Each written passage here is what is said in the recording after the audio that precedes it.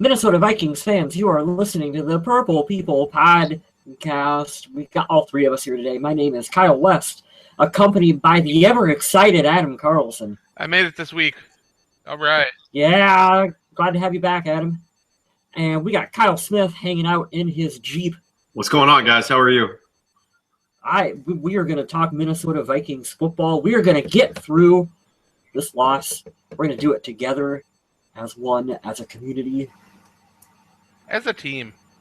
Support group, effort. As a team effort. Last show, we might not have played up to our best abilities and shown some weakness, but this is a bounce back show. Mm-hmm. Jay. Well, anyway, this is episode number 223.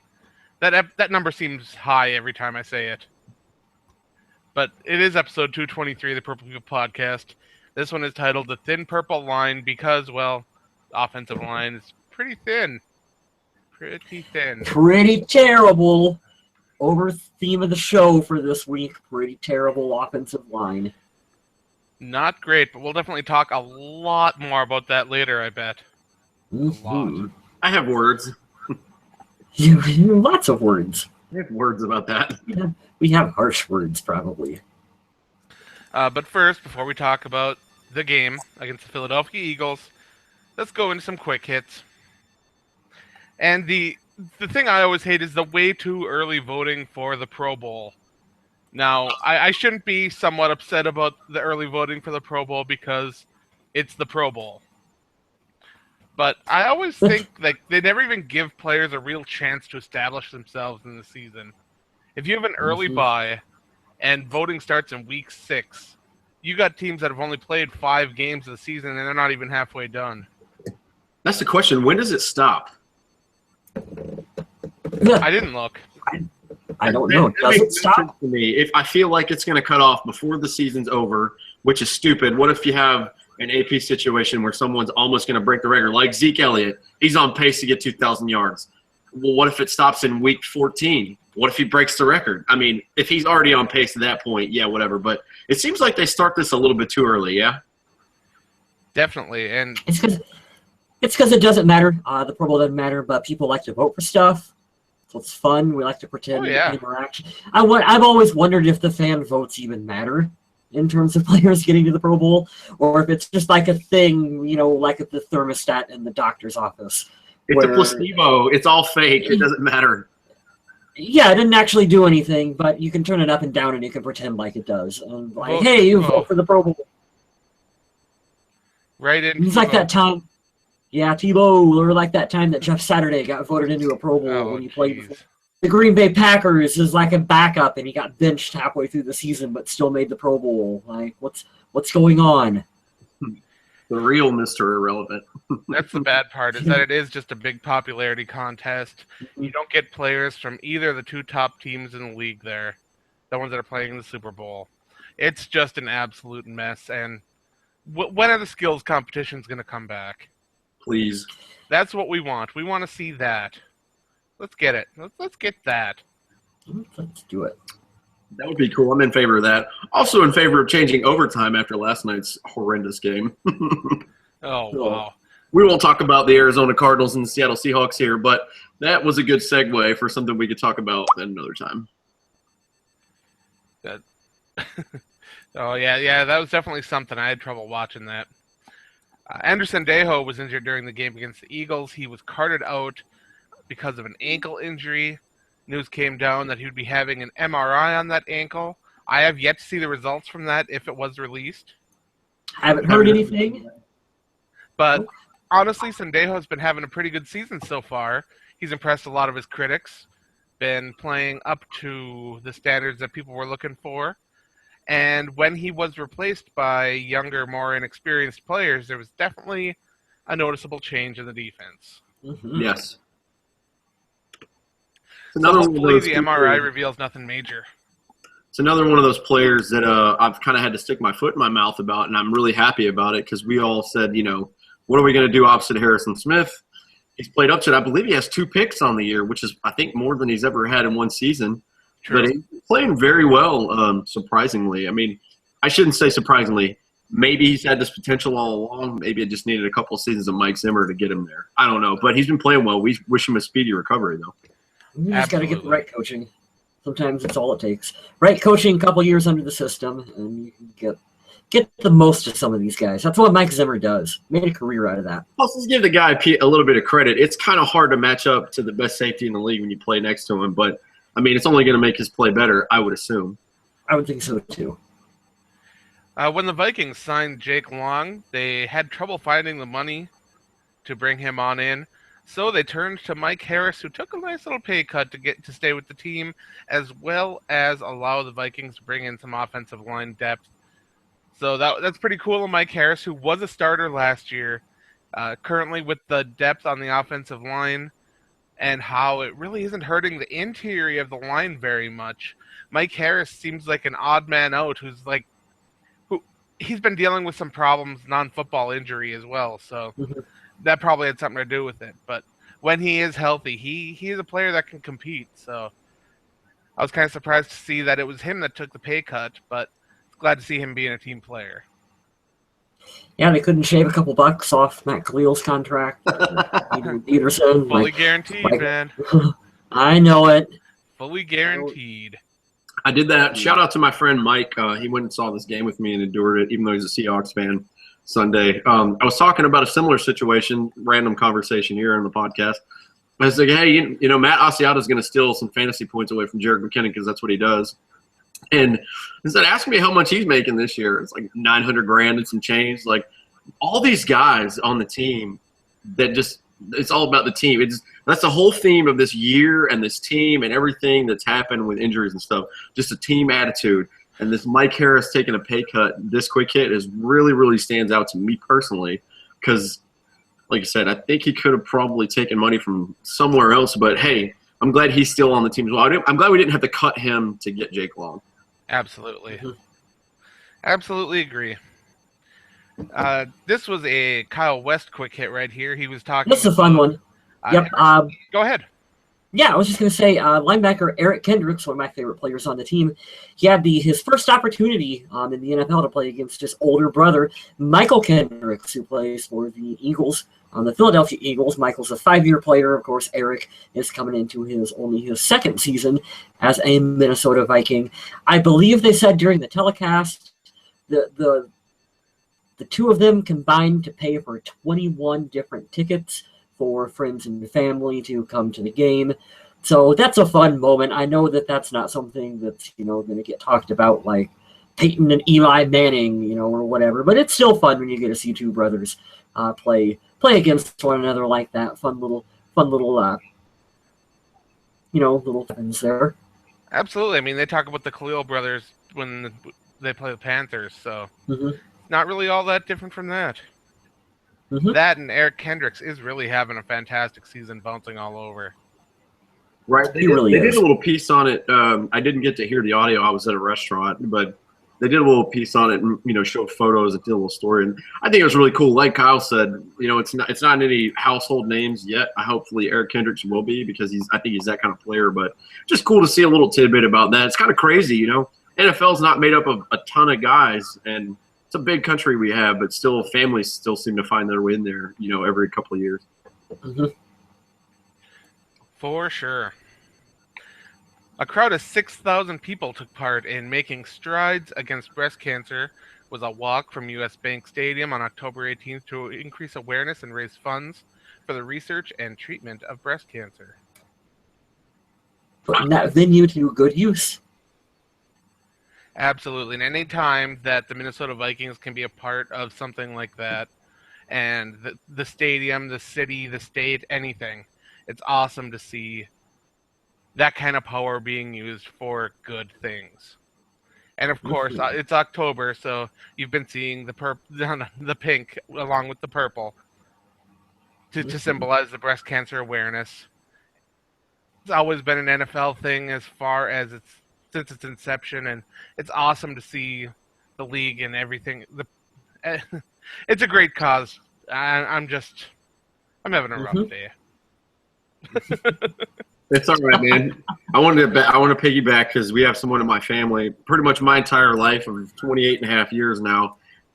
She's been battling breast cancer for a long time. She's been winning so far. So to see the NFL do something positive, I know there's a million things that we could bitch and complain about that they miss or we don't agree with, but all of this stuff for breast cancer awareness, and the next month hits home for me as well. I think it's Military Appreciation Month. They do get some things right, and when they do get them right, I think they home run hit it out of the park. So this is really cool.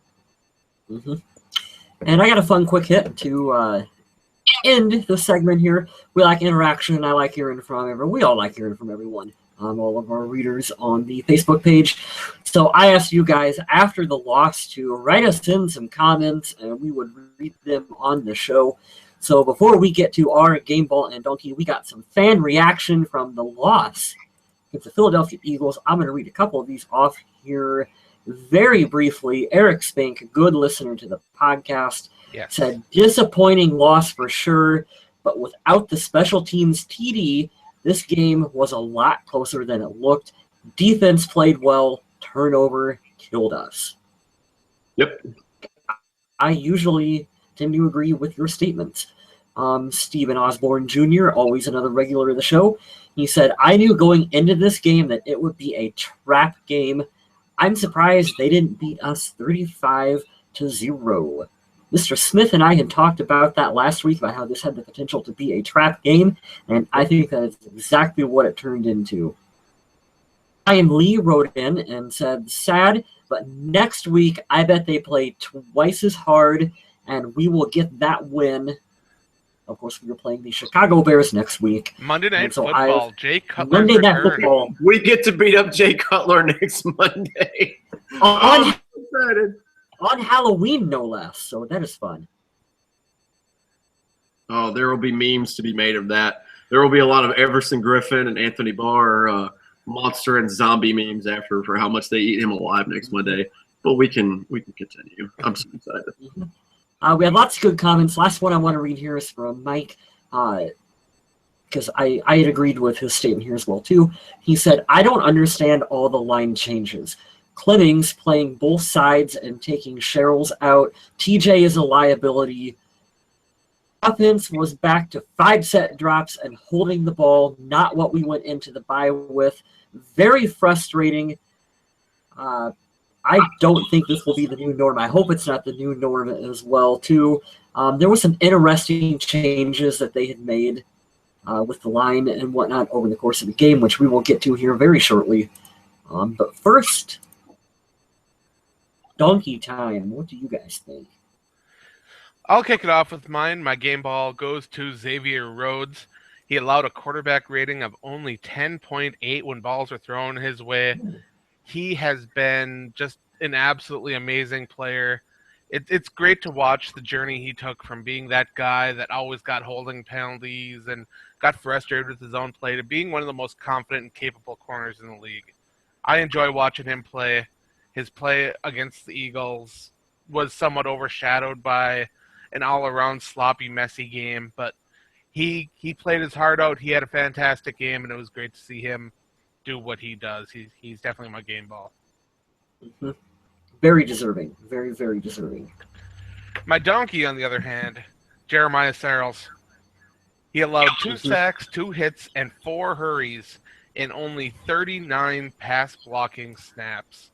That, to me, is completely unacceptable. Sarles also was a victim a bit of that rotation, to where he wasn't really able to find his own strides against his opponents. And as soon as he seemed like he started to sit in and get a little bit comfortable, he was taken out for a fresh blocker, and it just never seemed to work for him.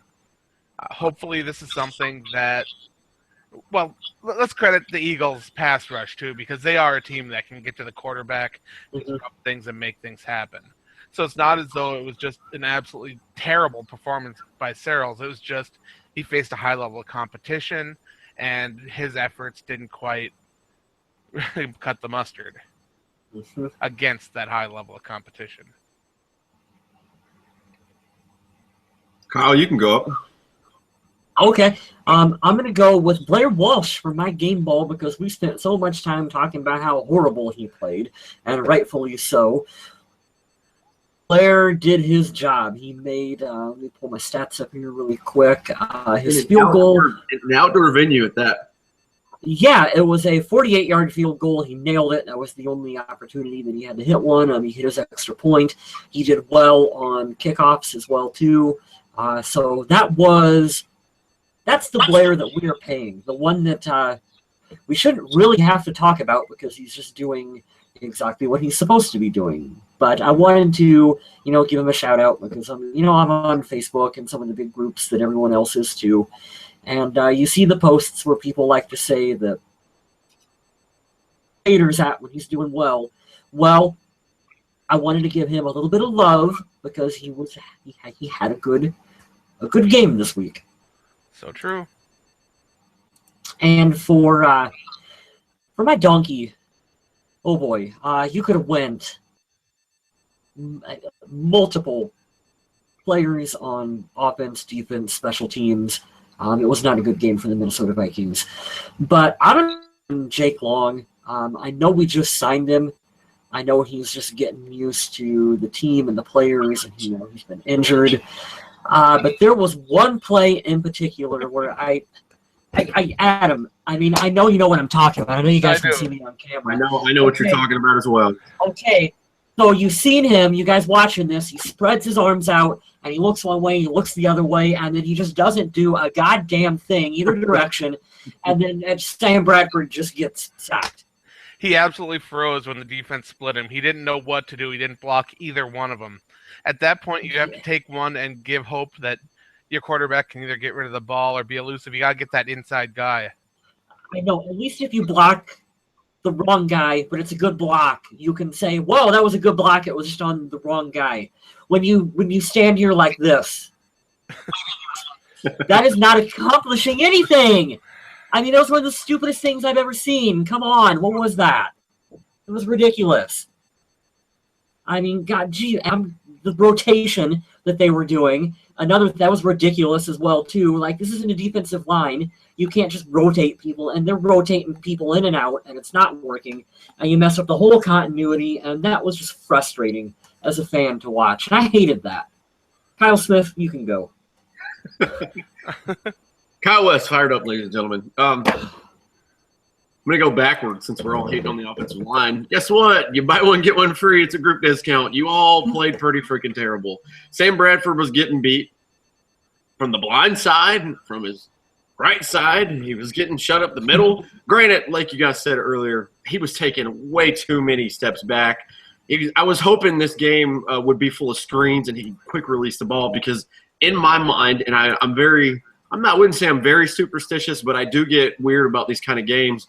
Especially a guy that we picked up from a team that knows him well, he knows them. I said, if there was going to be a game where we were going to get exposed, this is one of them because they know his tendencies. They've played with him. And I believe they were in his head, and rightfully so because they were in his face the entire game. Mike Zimmer took the words right out of my mouth. He said it was embarrassing. He said it doesn't matter. One of the reporters asked him after the game, if he ever thought about bringing in Sean Hill, and he's like, no, I want him to compete. You're not going to compete and get better by running away. He's like, even though he was running for his life out there. So the offensive line as a whole, I don't fault this as much as I do on the players as the coaches. Don't rotate the guys that you have together. Put them in place until there's absolutely a need to rotate them. Obviously, if they need, to take a breather, I could see that. But like you guys said, multiple rotations, Jake Long coming in right off the street. I don't know how good of an idea that was, but I'll give him credit for not playing for a while. Hopefully that was just, nervousness, a little bit of rust need to get knocked off. Now that we're done hating on the offensive line. No, we're not, because it's time for a call-out. Okay, go ahead. You are calling people donkeys that were absolutely not donkeys. You know who the highest-rated player in this game was by Pro Football Focus? Who's that? Joe Berger. Okay. You know who was third? Brandon Fusco. Who was second? Just random. Red Ellison, another blocker. Okay. So there are guys on that offensive line that are working hard and doing their assignments, picking up things. But the problem is that even when there are guys that are taking care of their job, They can be overshadowed so much when the unit as a whole doesn't work. So I know that you wanted to give the donkey to the unit as a whole, but I wanted to point out that there were some really good individual performances during the game from the offensive line that don't really deserve the kind of slack that the line as a whole got. I think I should have. I'll take that. I can give it, especially to Jake Long, even though I don't want to take your guys' donkeys, as well as Alex Boone. He had a very pedestrian day. I did watch him get beat quite a few times. And then whoever played right tackle, I don't even know. I wasn't paying attention. Well, I'm gonna take that right on the chin. Thanks for the call out for that. I didn't know that. I didn't look up any of my Pro Football Focus stats, but I do have the Viking app in front of me for my game ball, and I'm very excited to give my game ball to Cordero Patterson. He caught the only touchdown of the game. He led the team in receptions. You know, if it was an average day in Vikings history the last 3 years, he'd catch 1 or 2 balls. He caught 7 for 67 yards, and he took quite a nasty hit at the end of the game too, man. I'm glad he kept his composure after he got hit. He did lift his helmet a little bit. He didn't take it off. He's like, come on, man. You shouldn't target like that, even though you're beating us. And without him sticking in there, this game could have easily been just us scoring a field goal, which would have been even more embarrassing than the overall day. So shout out to Cordero Patterson. He's playing well. He did. He was up in the punt returner's face on one of the plays, leading off again. So I'm really excited for what he's doing.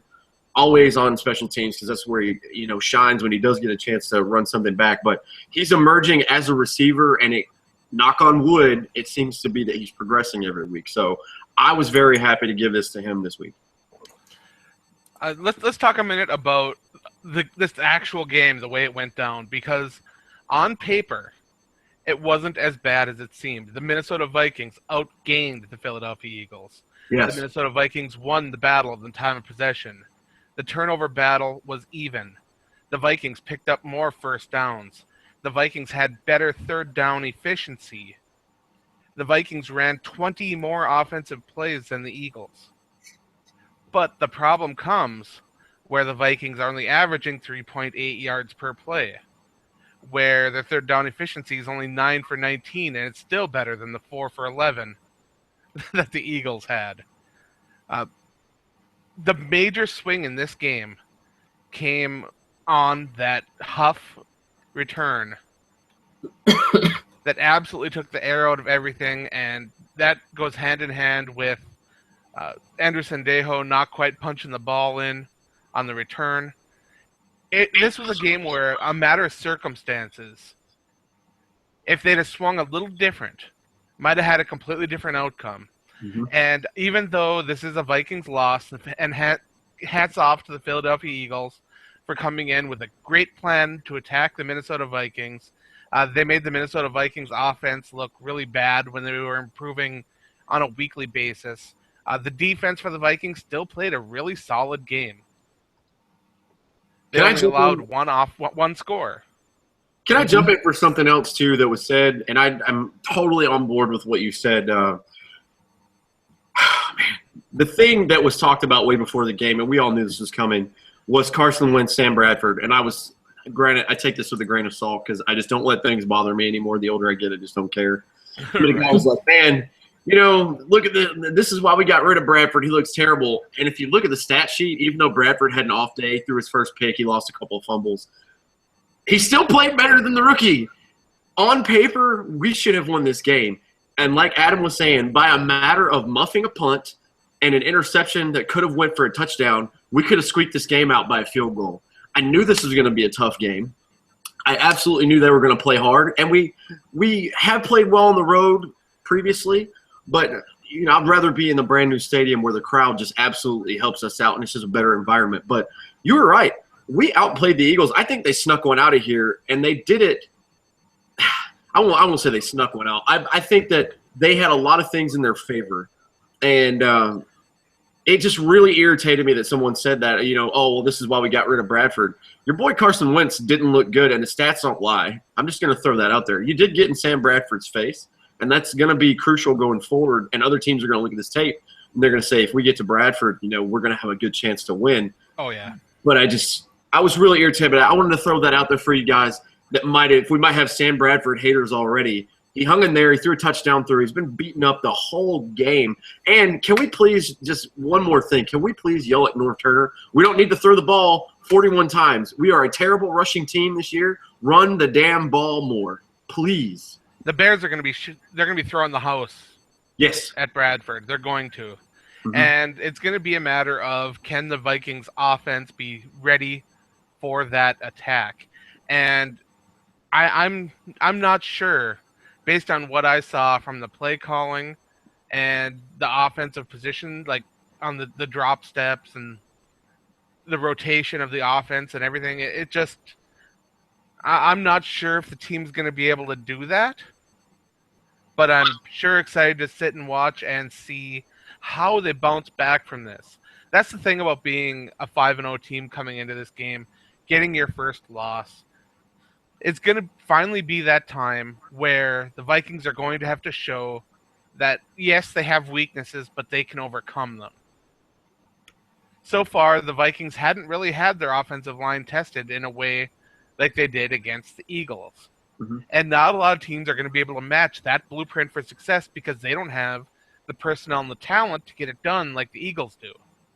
They also have a great coach. And don't forget, Jim Schwartz used to be the head coach of the Lions when they went to the playoffs, and it was a lot of help from the defense. I know they had Stafford and Megatron, but he is a very, very good defensive coach too. So not to slight them, which might have been what it sounded like I was doing earlier, but they do have a great coaching staff as well. And they have great players. I mean, all around, their D-line is awesome. Yes. They stole a guy from the secondary from the from the Legion of Boom. They have great players too, so don't sleep on this team. They're still in the playoff hunt as well, just in case you guys wanted to know that. Absolutely. I think I have to agree with Kyle, though, from earlier. Outdoor venue, Blair Walsh made damn near a 50-yard field goal. The wind was crazy at the end of the game. The announcers were talking about it. It's a rough place to play, and they have some – Philly, I mean, it's well known around the league. Philly's got some really hardcore fans, but it wasn't as bad of a loss. Even though the game was tough to watch, the defense was all over the field. That first quarter was absolute entertainment.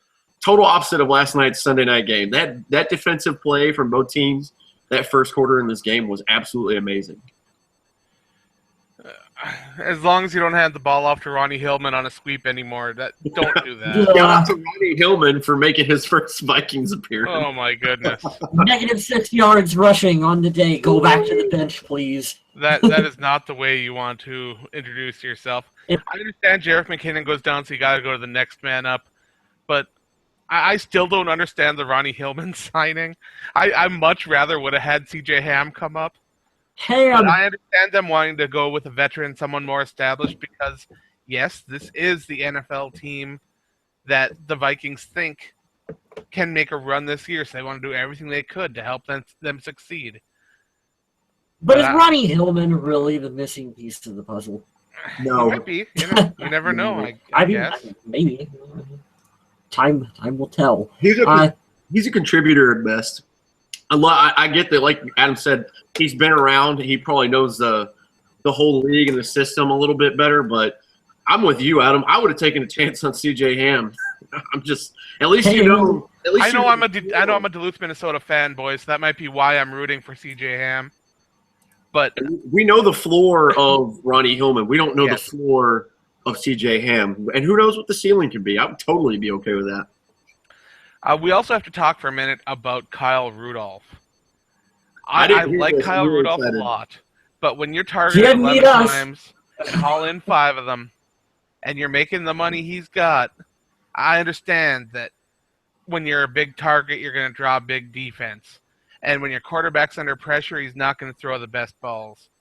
But when you're a tight end, you got to be that security blanket. And Rudolph had some drops that just absolutely kind of baffled me a little bit again.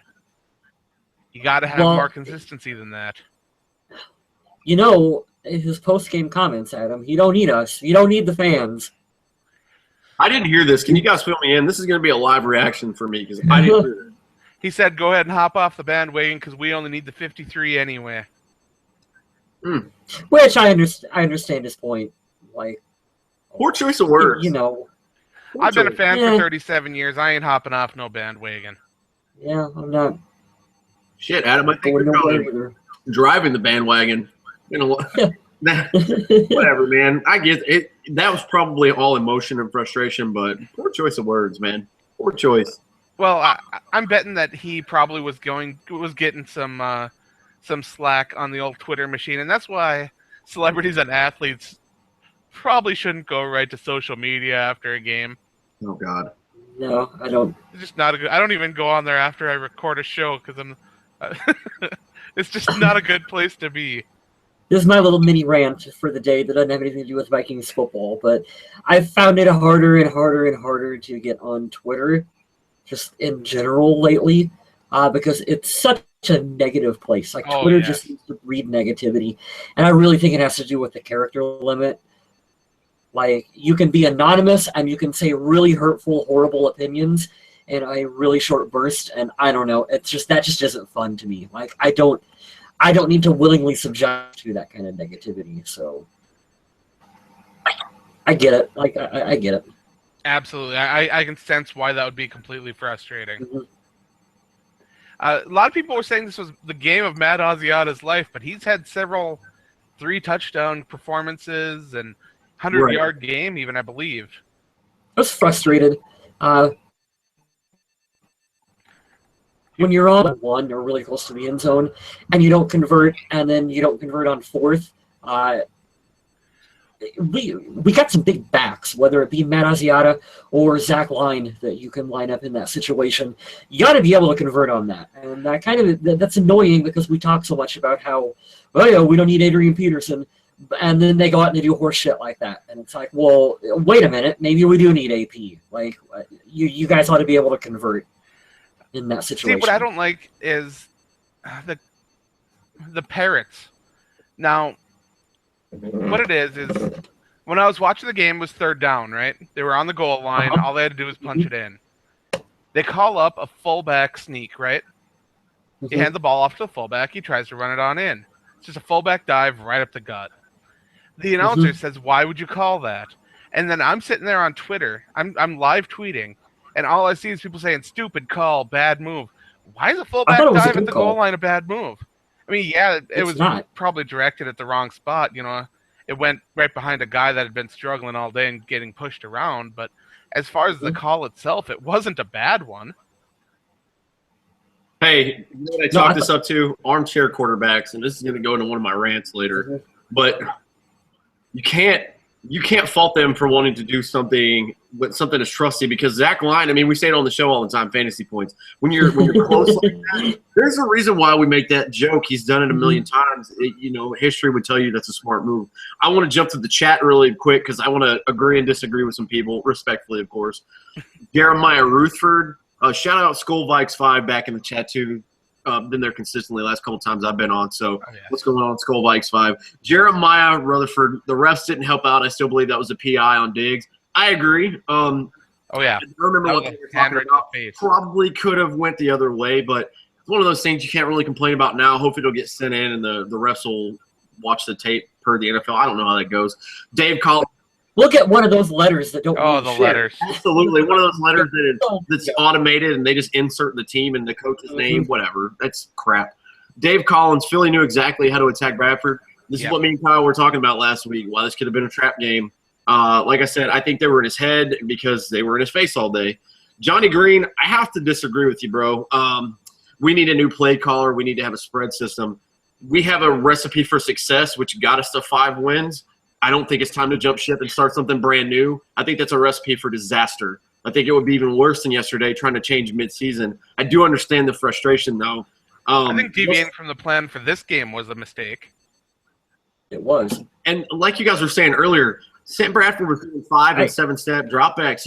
We've got to get rid of the ball quickly. And I'm not a fan of screen, slant passes all day. But if it works, it freaking works.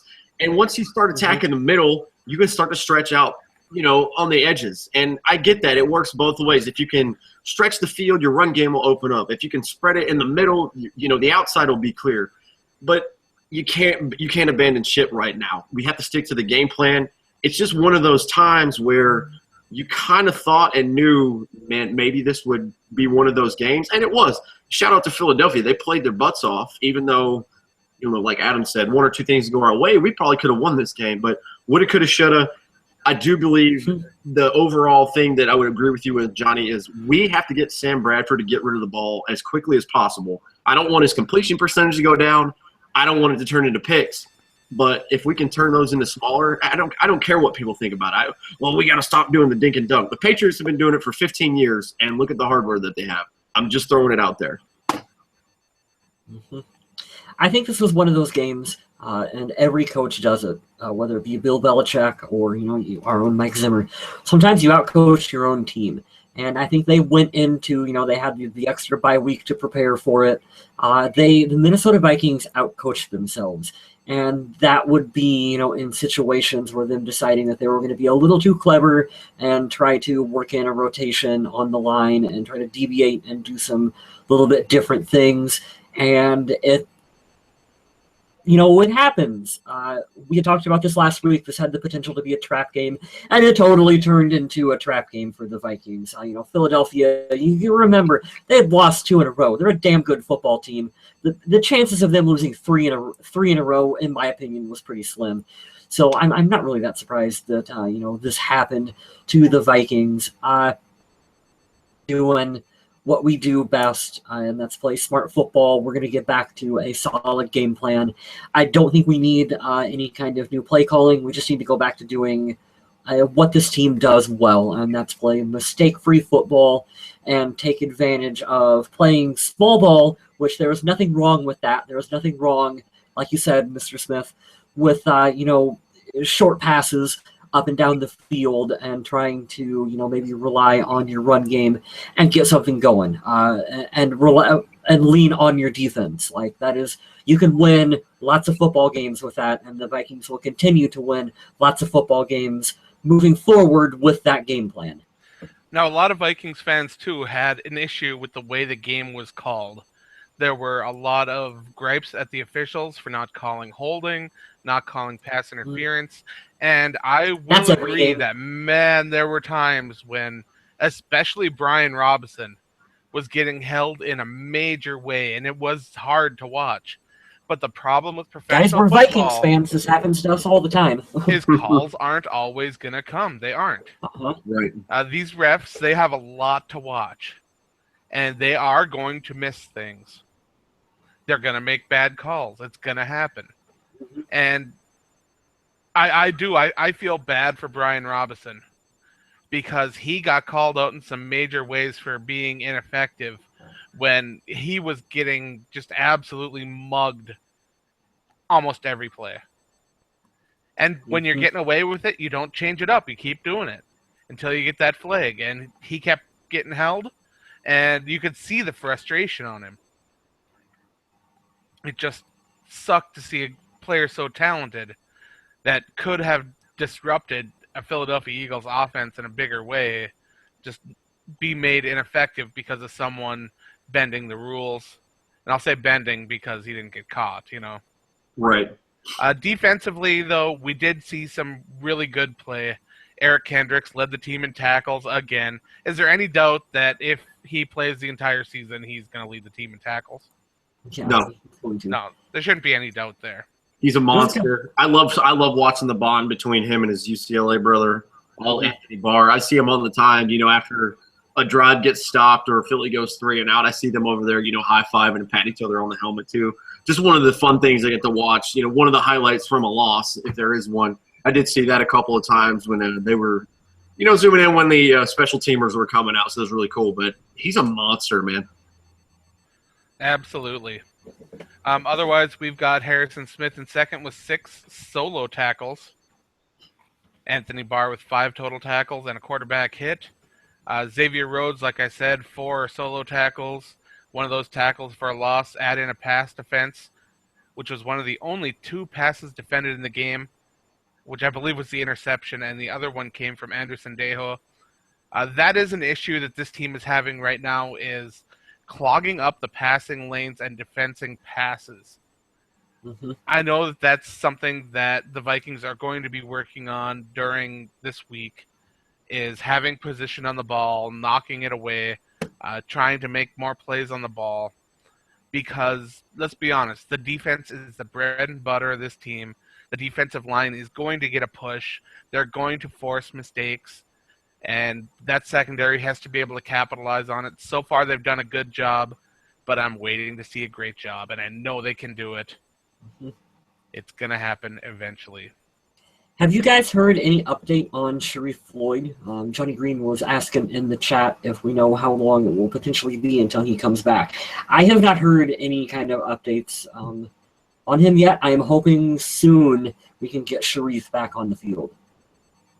One would think that he's got to be close. I haven't heard any updates either, but I mean, we're going into what week is this? Is this week 7 or week 8?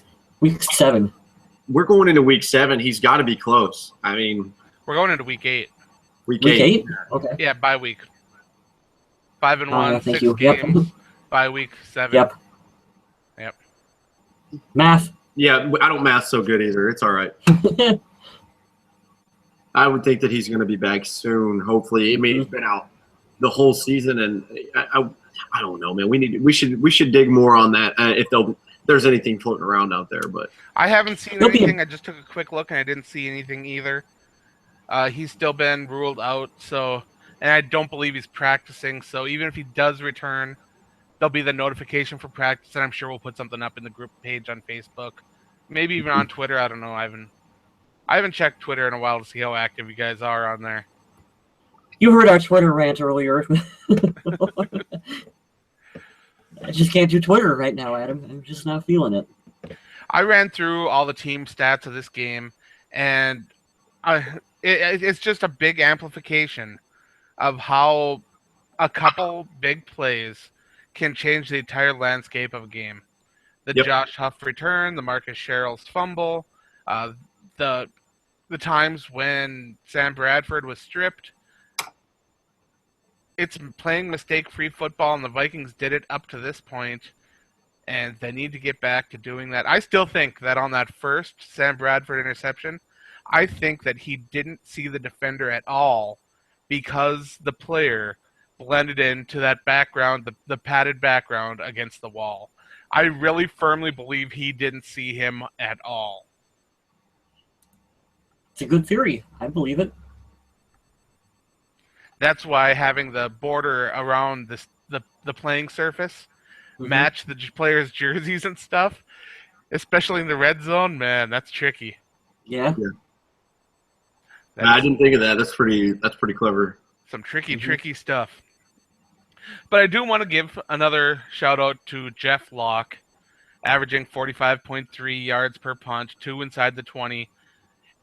Ever since he made that adjustment to his kicking technique, he has been a much more efficient punter, and it's gone from being an issue the Vikings needed to address to one that nobody's talking about anymore. So congratulations, Jeff Locke. Pass that juju on to Blair Walsh. Good Lord. Keep it rolling. Adam, he was actually almost my game ball. I don't blame you. Yeah, I almost went with Locke, but I'm like, well, I want to show some little love for Blair Walsh a little bit. So special teams played well. The problem is Philadelphia special teams played better. Vikings defense played really well. As my friends on here and hosting the show, and I just get to tag along because it's one of the things I said during the game that I never would have noticed before, just sitting at home, with my finger in my belly button like always. I'm like, dude, Jeff Locke is punting out of his mind. At least something's going right, and that's what I told my buddy Mike earlier. So it's really cool. Punting out of his mind. Punting out of his mind. Yeah. No, it's cool. I'm starting to see little. Be a t-shirt. Even watching the Monday night game a couple of minutes ago before it ended. But I wonder, I didn't get to look at this. The social media question we posted, I think we got some responses on that, right? Oh, yeah, quite a few. Last week's question, are you concerned with how the Vikings are handling the playing time of rookies like Laquan Treadwell and Mackenzie Alexander? I had a lot of my friends that are not Vikings fans, especially one of the guys, like I told you guys, I'm moving to El Paso actually this weekend. One of my friends down there, one of my coworkers says, hey, man, what's up with Treadwell? Why is he not playing? What the hell? And it's like, so glad you asked that. I loved Daniel Whitford's answer the absolute best. He said it's the best problem to have, not needing rookies. There's a bad stigma across the league that demands immediate impact for rookies, and it's actually led to worse play across the league because people don't know what they're doing when they get out there. On this team, knowing what you are supposed to be doing is paramount. What an answer. Mic drop. That's it. Brent Foster says, not really. I like to think of them more as depth, but if they do need to play late in the fourth quarters when they have the lead, I know we should be running the ball to kill the clock, but a few passes to Treadwell wouldn't hurt. David Orson says, Diggs didn't play much during the first part of his rookie year, and that turned out pretty good. Mm-hmm. That's my boy. Thomas Buse says, hell no. Finally, we're in a position to let them get accustomed to the NFL and not have to rush them in. Like the coaches are saying, they will get it, but why rush them? Other players are doing just fine. And we're getting a lot of that. We do have a couple people taking the other side.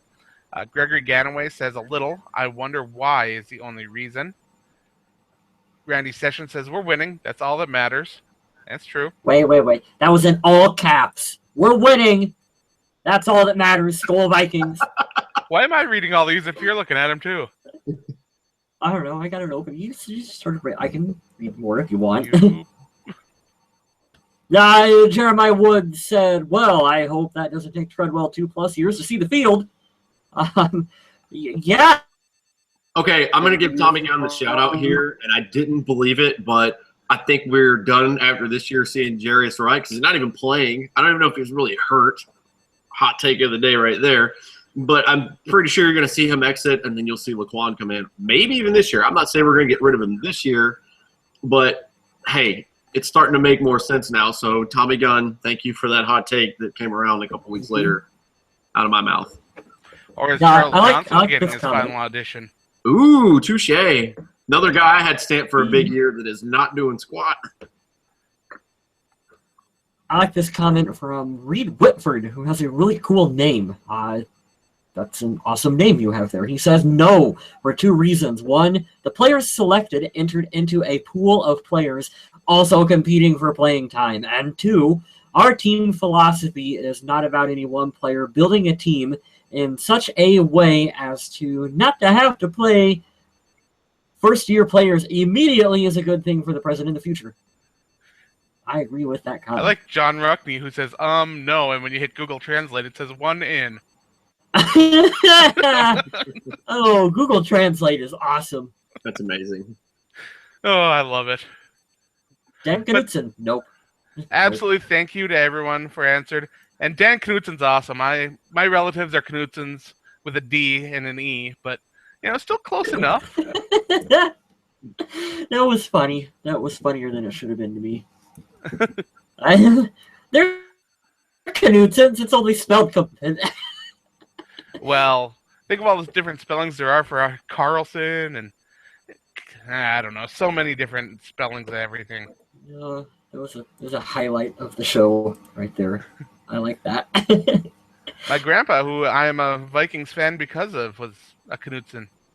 Oh, well, hey, there you go. So it's always good to hear that name. I like it a lot.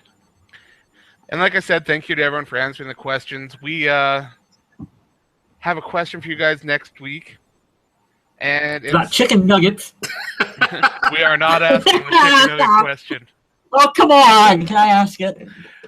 Our next week's social media question is, have Teddy Bridgewater and Adrian Peterson played their last downs for the Minnesota Vikings?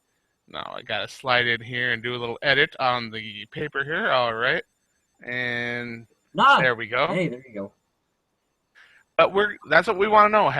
Are both these guys done? And the reason why we're asking about Teddy Bridgewater is interesting, and it leads right into Kyle Smith's bold statement. Oh my God, here we go. Everyone strap in your seatbelts because I'm heated about this. So I did dig earlier before the show started. This report came from Adam Schefter, however, because he's a very reliable source. There's no quotes from Teddy Bridgewater's doctor. There's a lot of articles on Facebook, and I've been heated, and I've been trying not to swear. I've been trying to be very polite. It says, doctors believe Teddy Bridgewater may never play again. Okay, cool. What doctors have said that? Why can you not quote them? Why is it not his doctor? This is clickbait bullcrap, and I'm sick of reading it. Let the kid rehab, let him do his thing, and then we'll make that assessment later. Did he tear more than one ligament in his knee? Yes. Was it gruesome? Of course. He's not playing, and he's probably not going to play the beginning of next year either. But this is stupid to me. As a fan and as a co-host on this show, it's irritating that people want to spend something so sensitive and so negative as an injury around for people for their clicking and viewing pleasure. And I understand that's the media's job, but it pisses me off because you have to have some sort of substance. Adam Schefter brought this up today, and I was kind of disappointed because he had no source to go along with this. If I could have a name to attach with this, maybe this could bring some concern. But until I hear it out of Teddy Bridgewater's doctor's mouth, the guy who actually performed the surgery, this is crap. And it pisses me off to hear, oh, he may never play again. You know, an NFL physician says it. Cool. Which NFL physician? Exactly. Who says what? Is it someone close to the situation? Do they have knowledge? That's like me coming to you guys and saying, there's a government official who said Hillary was lying. Congratulations. There's a million of us. It's really frustrating to read this kind of stuff. And a lot of guys, it's just not for Vikings football. A lot of the internet falls victim to this and says, oh, no, get well, Teddy, blah, blah, blah. And they have all these warm, heartfelt responses. And I feel like they're being hoaxed. Is this a possibility? Absolutely. But that just totally rubbed me the wrong way. Give me some credibility here before you go out trying to make a story out of this. But let's also understand that this is a young man. Teddy Bridgewater is he's a baby in the NFL. Yep. And we're talking about his career, his livelihood, his family, the game he loves, his profession. Yep. And these rumors swirling around that can't be justified by any means are just baffling as to why they exist. I'll be a little bit exaggerative here, but this is a little bit of the defamation crap that you'll hear about when people file lawsuits. Obviously, there's no lawsuit here. I don't think it would ever get to that level anywhere close to it, but this is stupid. This is, like you said, this is how this kid feeds his family and takes care of his mother and himself and everyone else. You leave the kid alone and let him rehab. By the way, shout out to 96 Questions with B-Rob on Vikings.com. Great segment last week, and you get to see Teddy at the end. He's hobbling around on crutches, but it was nice to see his face. And for all you guys that think I jumped the Bridgewater ship and I'm totally Yosemite Sam Bradford now, my face lit up. I was like, oh, my God, Teddy's there. Sweet. They finally showed him because he's been pretty under the radar, which he should be. These guys asked me. They said, where's Teddy? I said, well, he's been going to some team events. They said, we need to see more of this. And Kyle Smith finally got to see it. I was so excited. The second part of my bold statement, and I want your guys' take on this as soon as I get done. So I follow ESPN a lot. I'm starting to lean a little bit more towards Fox Sports 1, even though I hate Skip Bayless with every ounce of my being. A lot of the big media, and I heard it from Mike and Mike and Dan Le Batard especially. I'm attacking you, even though you'll never hear this. I'm tired of hearing you bitch and moan about entertainment in sports. These are athletes, and this is where my preface comes for this. I hear Dan Le Batard telling me how much he hates Monday and Thursday Night Football because the bodies need to recover. He compared it one time, being dramatic because that's what he does, to the Warriors in the Roman Coliseum and blah, blah, blah. And are you entertained? And I get it. These guys coming from Sunday to Thursday night, their bodies don't have nearly enough time to heal. They barely have enough time to heal from Sunday to Sunday. And the bye week is just amazing because you get all this time to get healthy again. But people like those guys saying that football isn't fun to watch, don't watch it. If you're not that entertained, then shut your TV off and don't talk about it the next day. You're not the athlete. And I'm sorry, I'm going to call out Mike Golick too because I love the guy. He used to play. If you're not out there on the field giving your blood, sweat, and tears, go and talk to the Seattle defensive backs last night. Bobby Wagner said, I would play out here until someone wins. They want to keep playing. They want to keep playing. They're not out there to entertain you. They're out there to win football games. So if you have a battle that comes out like our playoff game when it's 10-9, I don't care. If we would have won that game, do you know how happy we would have been? I don't care that we didn't score an offensive touchdown. And, yes, I poked fun at the Sunday night game last night. But if you watched it, that was one of the best defensive games I have ever witnessed in my entire life. Stop bitching about entertainment. You're not the one putting your body and your livelihood on the line. And that is how I'm going to end it. What do you guys feel about these big media reporters and analysts saying this? Well, let's start by breaking a couple things down. A lot of people prefer the purity of NCAA football to pro football, and they feel that's more entertaining for that reason. Right. And that's fine. But let's take it a step further. You remember what happened when someone decided that football needs to be more entertaining? So they started their own league that was all entertainment? Oh, I know where Adam Carlson's going with this one. No, the XFL was everything fans talk about wanting. Celebrations, cheerleaders, huge over-the-top things, nicknames on the back of the jerseys. It was just fun. And nobody watched it. Do you know why? Because it wasn't serious. And now that football has gotten to the point where they've taken a lot of the rules, they've cleaned it up, it's streamlined, fans are saying, hey, we want more of that fun back. And to me, and I'm going to liken this to something that some people probably can't relate to, but to me it's like the Call of Duty series. Now, you're playing Call of Duty, everybody's like, oh, we need more innovations, we need wall jumps, we need double jumps. And as soon as they put those in and they start playing with them, everybody wants people to go back to the old style of play. They get bored. It's a situation where people are just never happy. And I don't understand. I hear a lot of complaining, but I never hear any ideas for solutions to these problems that can actually work. Thank you. The best place that I've seen for that is Colin Cowherd's made some suggestions directly to the NFL about things he feels could change to help the NFL along, gain a little bit more notoriety. But like he says too, the NFL numbers are down. Yeah, they're down 15% off record highs. And he makes another great point, and I hate to just keep stressing on him, but he also said we're up against some really tough things right now. There's a World Series going on. There's the big political climate going on. We got The Walking Dead coming back on Sunday nights. You know, these are things that are going to take away from viewership. And yes, there are games that are absolutely no fun to watch. I'll admit, tonight's game, I had absolutely no intent on watching it. None. And you know what? I didn't watch it. It's not because football isn't fun. It's just because I didn't have any interest in the two teams that were playing. Thank you. That's what I was going to say. Now, fans of football are going to watch football just because they like football. When I sit down on Sundays, I watch football because I like football. I've watched plenty of Vikings games, Packers games, Lions games, Giants games. And yeah, some of them are going to be stinkers. When you have one game in a slot, and that game is not absolutely entertaining, people lose interest very fast, and they're quick to say, oh, this is boring. Well, there's no way to guarantee every game's going to be an absolute shootout with no defense, ending like some of those college games did this weekend, 72-68 or whatever. You know what this reminds me of? I watched the London game yesterday just because I was up early.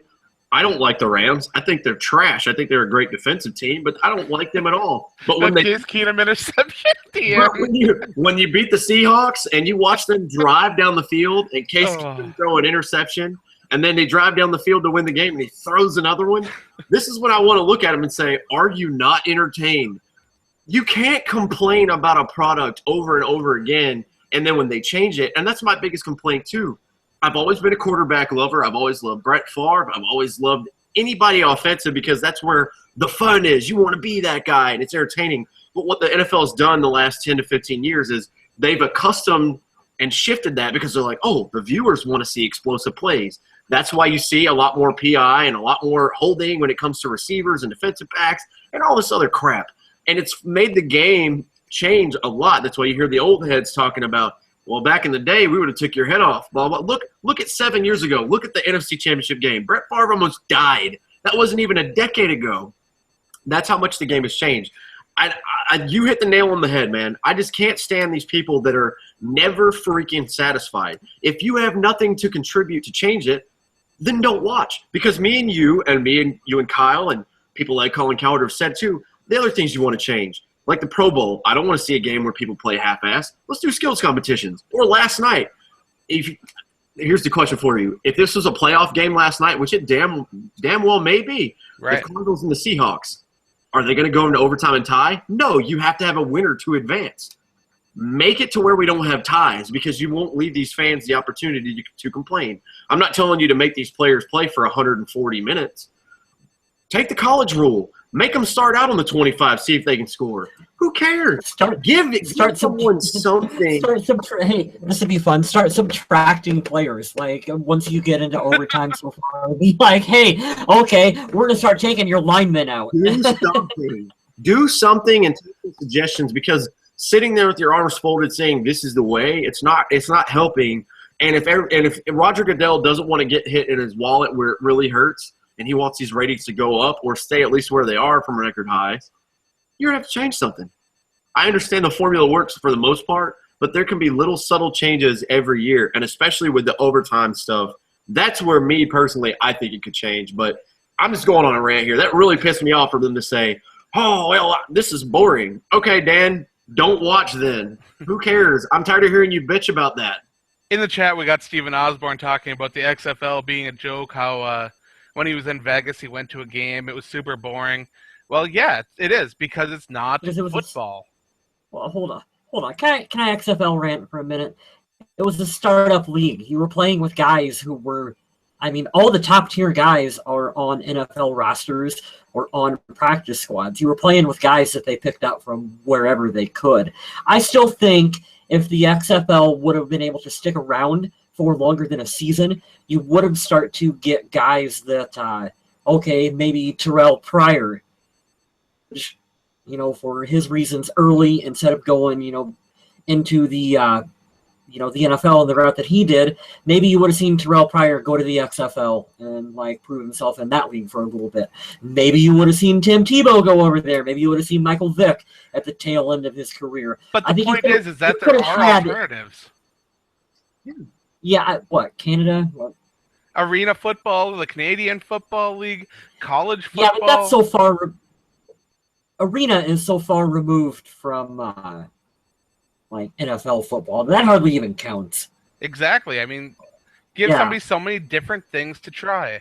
And if you don't like one product, try a little different one. Mm-hmm. If you don't like Hunt's ketchup, try Heinz. Yeah.